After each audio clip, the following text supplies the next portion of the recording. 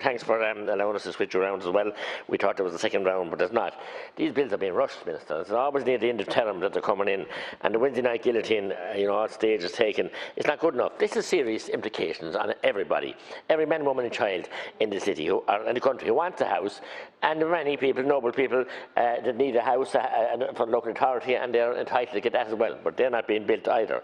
Minister, I want to say to you that these areas here, rural planning commissions, they're very, very important. The role of a board Penala is hugely important. The role of Antashka as a prescribed body under the Planning Act should be removed as such a body. And concerns around the planning regulator. We never had a planning regulator on quite recently. He's writing to me, he must be very fond of me, he's after writing to me 6 times to meet us. I know Deputy Verona Murphy and the whole group met him and had many issues with him. We didn't need an officer of planning regulator. It's another quango with a brass plate on his front door or the side of it and a nice set-up staff. He's diminishing the role of the county councils.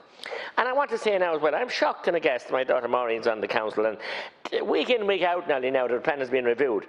Workshop after workshop after workshop after workshop. You'd think they were building houses inside in the workshops. Nothing held out in the open. When I was in the county council, thankfully, all our meetings, except one annual meeting for a financial workshop, were held in public and the press. Why the secrecy?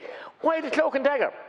Minister, the Care Town plan was done recently, just finished a couple of months ago, and a lot of residents in the Mountain View Drive and Mountain Road area made submissions to that plan.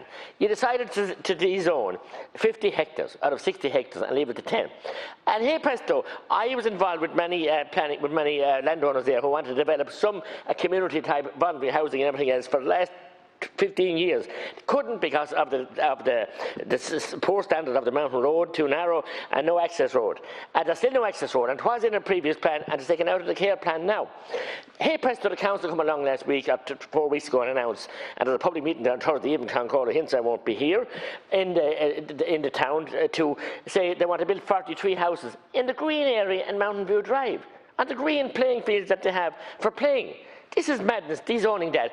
And they're flying in the face of all the refusals that they gave, and the just rebuttals they gave to people who want to build private houses, and any development at all couldn't come down the mountain road, and still can't. And ambulance got stuck the last week. So I salute Neil Killeen and others who were organising this meeting. They all made submissions to the town plan, but they were all ignored.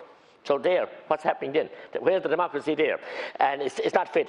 Cormac Drive in Nina, again a Part 5, it was done some years ago, which was never properly finalised. Part 8 or Part 5, just mixed up in which one it was, Part 8 I think. And they never concluded it. So the residents were forced to take a court case in this past year. And now silency has arrived because the court case is ended. There's a vow of secrecy on the members who took it. Again, the council messed around, didn't complete the Part 8 process properly, and now, without admitting liability, said, come on lads, we'll pay the expenses if you go away. This is no way to treat people and communities. The people in the community, the good people live in those housing estates, want to have these estates kept, not build every bit of green bit of land that we wanted, especially at this time when now we're dezoning so much land. I don't know what's going on.